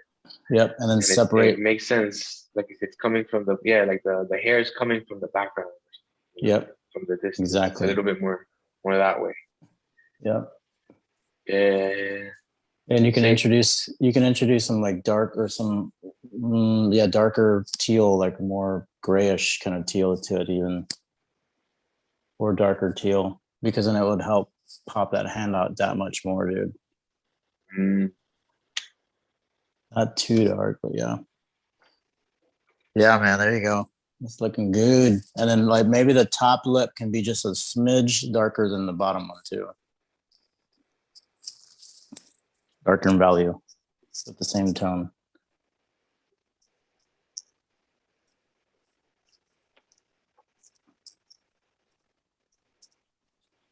It's looking cool. Yeah, because then once you introduce that flesh tone into the hand, that'll help that hand pop out that much more too. Because then you have some separation between the browns and those some more separation between the browns and those flesh tones. That's looking great, Jason. I like the highlighted area up on the top of the head too. I think maybe, can you highlight your picture real fast?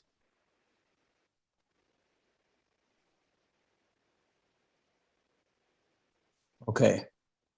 I think her hair on the back right needs to come up a little bit more for the shape of her For head. the Maybe. dark? No, like that line up at the top right. The way it curves down so sharply, I think it needs to like come up maybe about, I don't know, like an eighth of an inch, quarter of an inch maybe. Here? Just that slope. Yep, exactly. You could even just make it dark black from back there to come into it and blend it into that light brown. Just a smidge.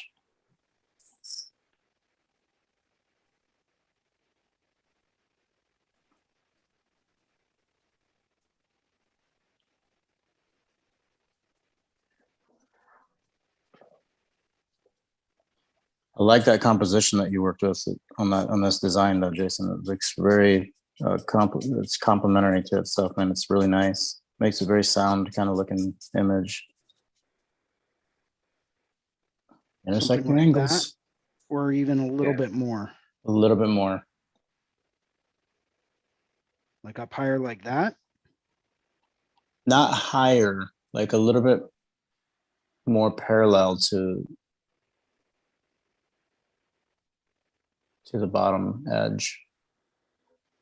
So almost like where it cuts off that design, even that little yellow circle that you have back there. I would almost cuts down further. Yeah, it has to come up a little bit higher. Yeah, like almost where it cuts that whole design off. Even like that would be the hair where that yellow's at, and that part of the back part of that. Yep, that area right there. So it needs to cover that design up, maybe even so you can have the right shape of the head. I don't know how to explain it very well. Let me see. I'm gonna draw this real fast. So something more along these lines. Yes, you got it. You nailed it. That's it. That's it. Sorry. You're good. You know, anatomy is not my strong suit. So no, I know. I think it's one of the things that I struggle with too, especially when you're trying to involve like a lot of design and like so much flow to the hair and stuff, because that flow and everything, that's great, man. I love it. So a lot of times for me, whenever I get caught up in the overall picture, I tend to overlook stuff like that too. You know what I mean? Until you step back or get a new pair of eyes on it. Yeah, I'm digging it, dude. It's looking very, very your style, but a different version of your style. It's really cool. Yeah, I agree. Yeah, I'm trying to push my bounds, you know? You're doing a great job, dude. Yeah, man, this is one of my favorites. Yeah, definitely. I love this piece. And considering, you know, that you I've always claimed that you're not good at anatomy or Mhm. or all of that. Like this piece is gorgeous and anatomically uh, precise. Like, it's awesome, man. Beautiful. Yeah, because it's really hard to mess up that whole area around her eye where it meets the bridge of the nose and stuff like that, and that like little cavity that the eyelid makes and stuff like that, dude. It's really easy to kind of like mess that up, but you nailed it the way it travels down the bridge of the nose and stuff too. It gives it that dimension that it needs, or it's like a ridge. So, Right. killer Yeah, job, I've man. been spending like the past week just researching like and studying just like female faces and very aquiline kind of forms, just trying to pick out what I think works well and what I'm not really that much of a fan of, if that makes any Mhm. sense. Yeah, totally. Totally. So I do like a very nice, crisp, like bridge line, very nice, Mhm. almost like completely planar Yeah. as far as like, the anatomy goes, keeping that very, very angular and then really rounding out and softening out those cheeks and the Yep. jawline. Yep. I think really is what attracts me to it. It's awesome that you're saying that because you're creating different textures inside of this, like, what would perceivably be like a smooth area. You know what I mean? So and it complements that line work and stuff too. So, like I said, man, it's very you, but it's like a newer version of your stuff. So I dig it. I like what you're I mean, doing if with we it. don't push ourselves to be different every day, Yep. what's the sense in doing it? You got it.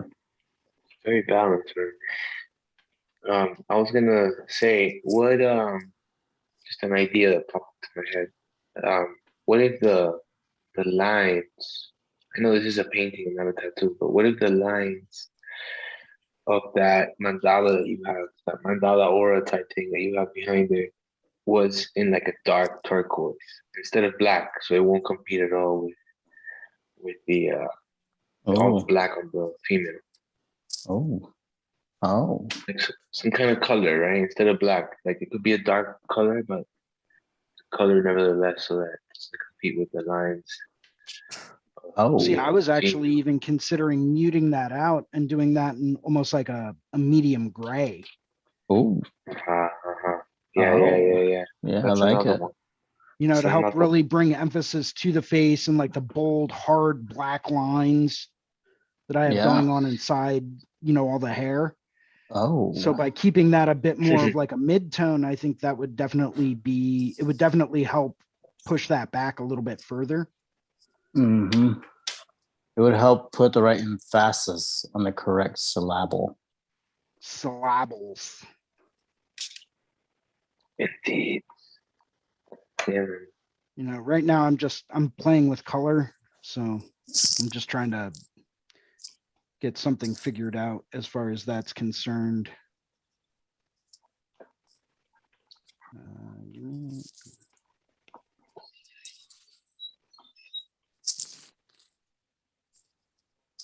I'm wondering if I do the gold leaf and these little spiky things in the ornament, if that's going to be too much warm near the hair.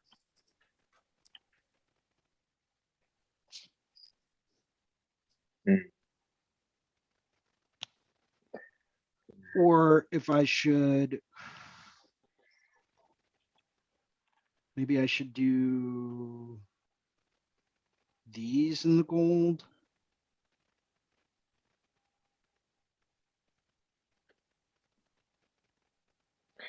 Yeah, it's tricky because And then I could do the also, what spears is in the the gold gold. leaf gonna do? Is it gonna bring like does it benefit if it stays in the background, or does it is it more beneficial to have it in the foreground, considering that it could end up bringing the background forward because of its shine? But I'm just curious. I'm like wondering. So Well, it's definitely going to stand out because it's going to be the only portion of it that's metallic.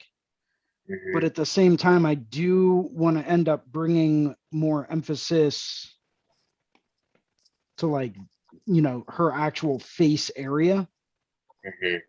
more specifically this eye, because of Light- where it's positioned.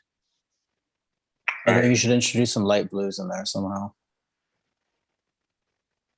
See, that's where I was Okay. hoping. That's what I was hoping to do with like all the like muted teal in the background. Mm-hmm. Was kind of cool that down and use that as an accent color to accent all of the warms, even though teal is technically a warm tone. Mm-hmm.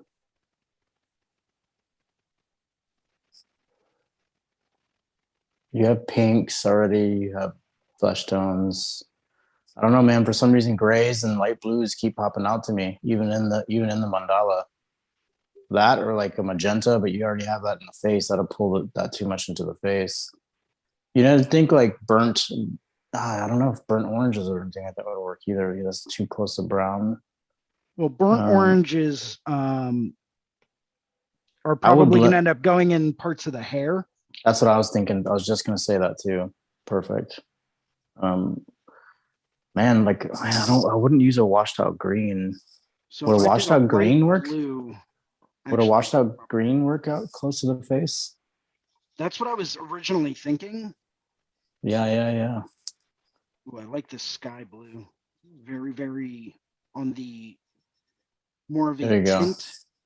Yeah. It's more of a Yeah. tint than a tone. Yeah. Yes. You can always dude. have it going from dark to light too, like that being like the lightest tone. Dude, I think that Really right works. there. Yeah, if you went with that same blue, Jason, and put it towards those radial spikes that are closer to her face, but went down in value a little bit more, that might work out pretty well. Like more saturated or just down in value? Try down in value first, because it might make if it's too down in value, it might make the shape of the hair kind of look. Nope, it's working out pretty well already. Yeah, dude, I like that.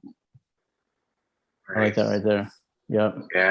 Yeah, That's because the it. face is really light, so yep, Yep. it only makes That's it. sense. I think that's Right, it, brother. Yeah. There you go. Bingo. Bingo, bango, bongo. And then that'll help with those oranges, those burnt oranges and stuff like that too, man. I like that a lot. Yeah, I like that nice pale blue. That's killer, bro. I don't think it would have worked out as well unless you put that blue in the background first, though. I think it would have looked off if it still had the teal, but I like that because you're using the same color, but it's of different values, you know? Right. So you're stretching that range and you're keeping it simple so there's not too many colors to distract you from the focal point either. I think if anything, it lends to like how nice that crisp edge is on that nose too. Like that just looks electric, dude. Nice piece, Jason. Yeah, man. Yeah, I'm trying to grow. Trying Congratulations, some man. new shit. You're doing it. You're inspiring me. You're fucking inspiring the fuck out of me right now. And I might even tie in some of that nice light sky blue back into Maybe like a little highlight on her chin or something. The light blue. I'm thinking even inside this ornament, keeping these little triangular forms negative so that background shows through right against that nice gold. Yeah. Right there.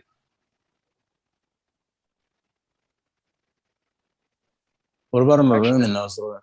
If I do that, then I would probably bring this there and then down a little bit. I would make this dark blue a bit more saturated. What if you, in those little areas that you're thinking about keeping negative, did that? Like if you did a dark magenta in her lips, the top part of the lip, what if you did the same magenta inside those little triangles you just took out from the mandala? Ooh, good idea.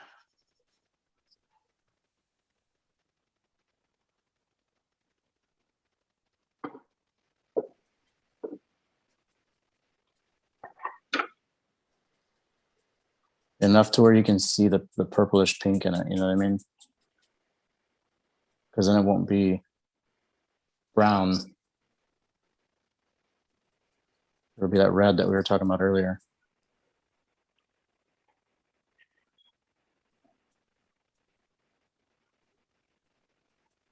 This might be a bit too bold, but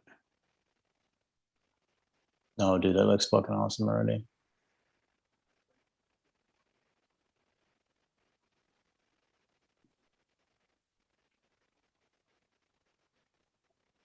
No way, man. It's making it pop out. It's making that whole ridge pop out from the background for sure. That whole contour of the face looks baller.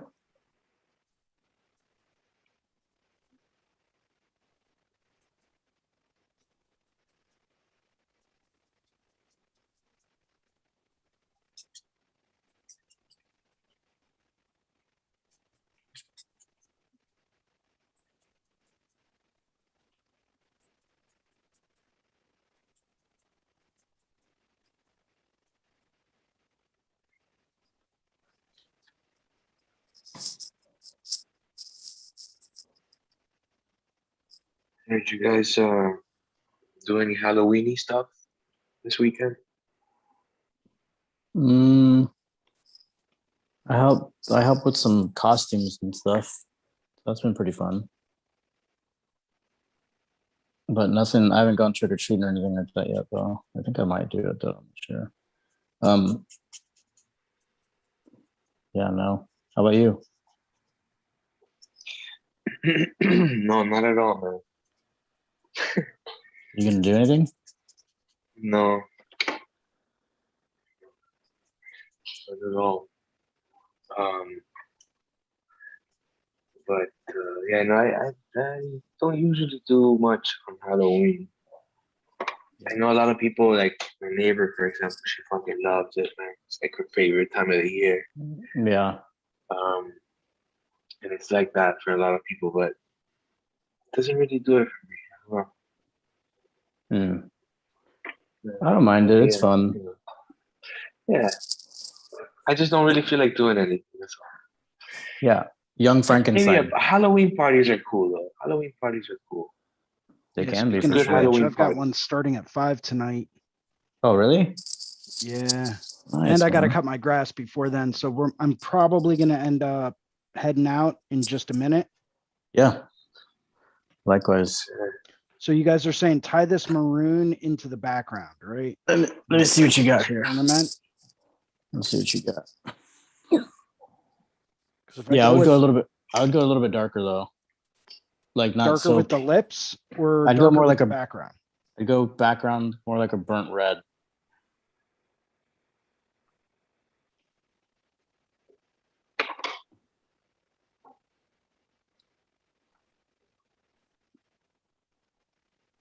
Yeah, nice, man.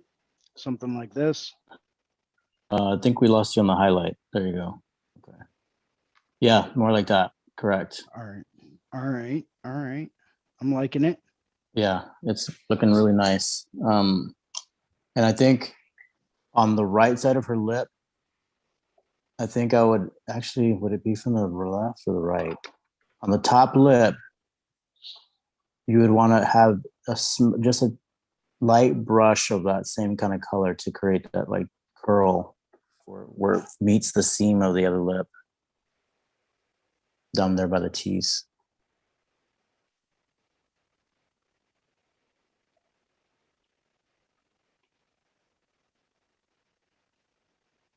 Yeah, man. Yeah, I dig that red in the background too. That looks great. Yeah, dude, there you go.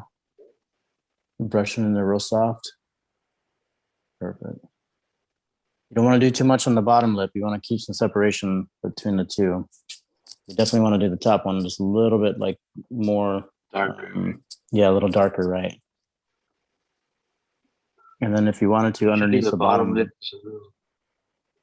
a little lighter, right? Exactly. Yep. Bottom lip can be just a little bit lighter. And then we have that like little shadowed area. I don't know what it's called. The outside of the bottom of part of the lip, like right before it meets the seam on the chin. We have that like downward angle. It's like a concave kind of angle. Yeah. It's a little bit of that brownish tone that you have in the face in there. It's looking maybe that killer. like that little bit of hair that's right like directly next to the lips. and kind of mess with the tone of that according to what it's sitting next to, right? Like maybe a little bit of a darker tone of hair right next to the lighter lip, and the top side of that curl like really light, so you contrast the lips. But it doesn't have to change that much more than that. Sexy, man. Good piece, bro. I'm curious to where you're gonna end up putting the gold leaf.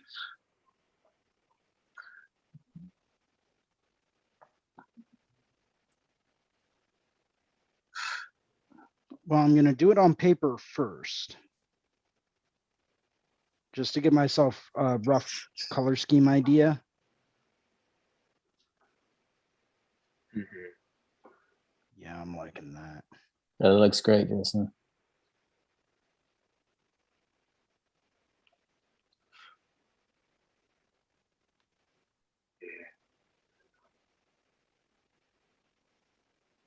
Yeah, that deep magenta or burgundy that you put the mandala thing added a lot to it. Yeah, I think that was a great fucking, that like vintage desaturated tone of red. Yep. Mm-hmm. It gets them every Ties it with the tan. lips. And then if you wanted to, you could do some olive on the outer rim of that mandala, like behind those circles and those little triangles. Mm, Some olive would be fucking killer in there at this point. true.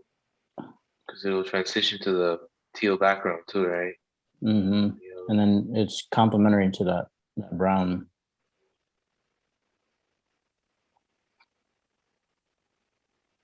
Like a darker olive or more of like a mid-tone olive? Try the mid-tone first.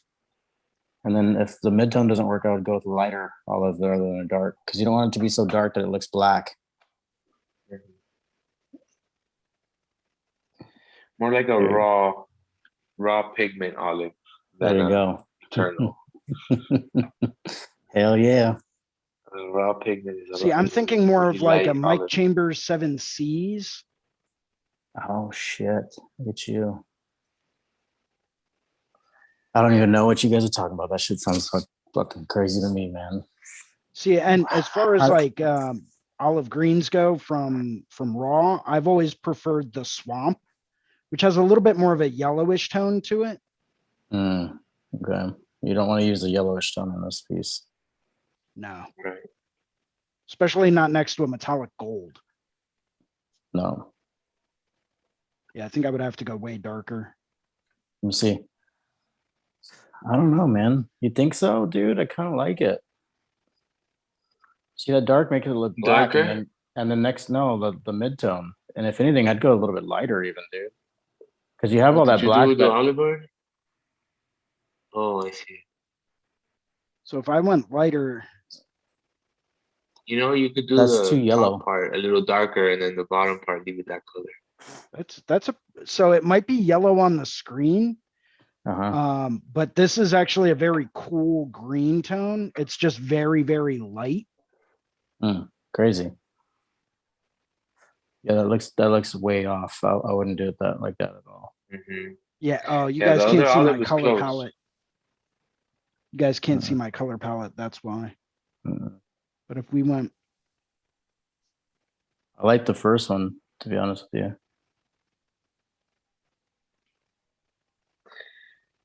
That or the same blue, dude. That or that same like blue that you put next to the face. I actually really like the olive. Me too.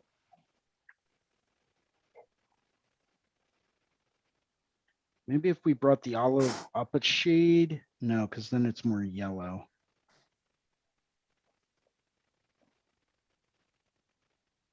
Maybe if we went with more of a, almost like a pale green. There you go.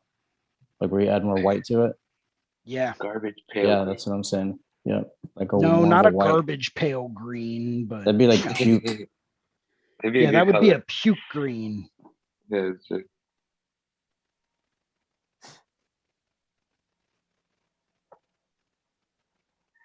That was my favorite, man, when I was a kid. Garbage Pail Kids. chew on the Fuck yeah, gum, dude. Love Garbage you Pail know, Kids. collect it and exchange it with my buddies. It's cool. Like the ones I already had. Fucking fun times, man. The salad days, so to speak. Oh, dude, you know what's on fucking Amazon too, by the way, is Raising Arizona. Man, oh man, that movie is awesome. There you What go. is it? Raising Arizona? Raising Arizona, yep. I don't know, man. That looks pretty light still, dude. It looks on the screen here, it looks like it's yellow.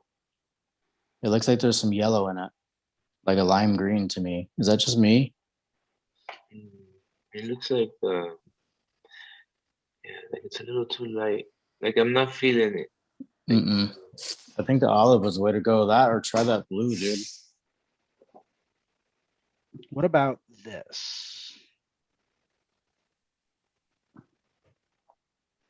Almost just like a pure green.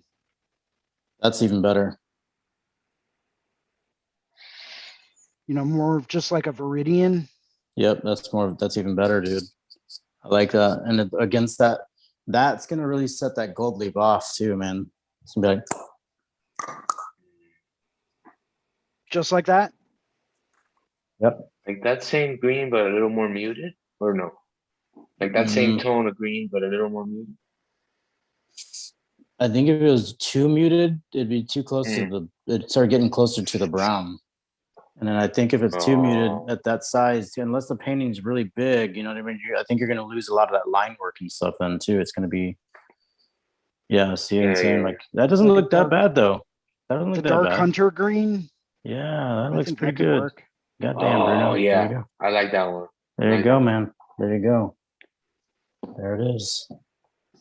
That's the ticket right there. Buy makes it, it like sell it, more elegant or mature. because it's like more muted. Especially next to that like brownish gold leaf. Yeah. Although I've got several different tones of metallic gold I can use. I've got one that's a bit of a brighter gold, like a polished gold. Then I've got one that's a little bit more of like an aged gold. No, I would go bright. Yeah. I'd go bright, as bright as you can.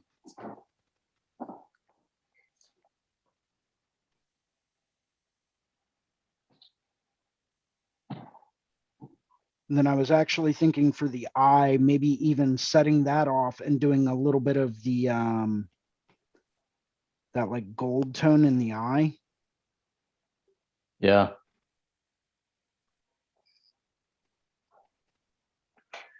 Or tying in maybe some of the metallic gold as far as like the tips of the fingers. You know what I was thinking? Like I had a little vision. Like instead of like having the gold leaf in the background, like maybe adding. You know how sometimes women do their makeup with like a little glitter in some areas, like in Yep. the eye, the eyelid, maybe even the fingers too. Like a little decorative, and like the cheek a little bit, something like that. Maybe the gold leaf could go there, and the hair. Well, it's so gold leaf, when you put it down, it's very, very, very opaque. Oh, I see. It's not like a pearlescent shimmer. You can't sprinkle it too much, yeah. Right. It's very thick. It will cover up everything. It'll cover up solid black lines. It'll cover up everything. Oh, got it. Yeah. I know what you mean. So yeah, the background would be the best.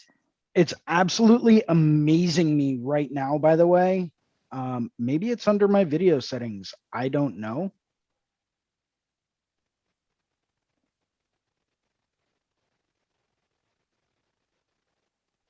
But like the color tones that I have on my iPad are very different than what you're seeing on the screen. That's right. That's crazy. The one thing that'll be the same is the value that we'll see. Right. That's true. Yeah, there you go. Cool. Well, why don't we go ahead and start doing some sign-offs? Who wants to go first? I'll go first. Go ahead, Okay. Bruno. You're good, brother. Go for it. Let me spotlight you. My name is Bruno Salvatierra. You can find me on Instagram on Christmas_art. And I wanted to also mention that through Reinventing the Tattoo, on Tuesday, November 23rd, there's gonna be another edition of Hablemos de Arte con Bruno Salvatierra with myself, and Paint Jam is gonna be a lot of fun. Javier Eastman is gonna be there. Jose Needles. Um, and there's a couple other artists that are not coming to my head right now, but amazing artists, and I'm sure the talks are going to be great. So if you can understand Spanish a little bit, join us on Tuesday, November 23rd. On Hablemos de Arte. And yeah, it's a pleasure to have hung out with you guys. Thanks, Jason, for hosting the Sunday afternoon drawing sesh here on Guy Atchinson's Reinventing the Tattoo. It was a pleasure, guys. It's been a pleasure, Bruno. Thank you very much. Thank you, Bruno. Thank you. Cool. Ricardo, it's all you, bud. Right on. My name is Ricardo Sturdivant. I'm going to be on Tuesday mornings at 10 a.m. Eastern time. Go ahead and come on in. We're going to be going over a couple methods of drawing with 3 values and trying to learn shape and form a little bit more. I've had some people request that recently. So I think I'll be diving back into like my method on starting drawings, especially with charcoals and stuff like that. And I think we'll start messing around with some oil paints and stuff like that a little bit later on, but definitely do the charcoals first. Yeah, you can find me on Instagram, Candor Tattoo. That's CANDOR Tattoo. And on the Reinventing the Tattoo app under Ricardo Sturdivant. It's always a pleasure being on here with you, Jason. Thank you so much. Bruno, it's great to see you as always, man. Thank you to Guy Atchison. Thank you to Lauren for all your help, and Gabe Ripley for all the things that you do behind the scenes, man. Thank you guys so much for letting me be involved in this. It's been great. Cool. All right. And cool. So thank you very much, everyone, for jumping in today and saying hi. Bruno, Ricardo, guys, I can't thank you enough. I really can't. Thank you to Gabe and Guy, Lauren. You guys absolutely rock. You know, special thanks to Guy, without which we wouldn't be here right now. So thank you, Guy. Yeah, my name is Jason Leeser. You can find me here every Sunday at 1 p.m. You can find me on Instagram at Philly Inc., located right up here. Yep, go ahead. Give me a like, give me a follow if you like what I'm saying and all that stuff. If you don't, that's cool too. But yeah, thank you guys very much for jumping in and joining me today. It's always a pleasure. And I look forward to seeing you guys next week. Heck yeah, man. Yeah. Peace. So I'm going to switch back to gallery view. And cheers.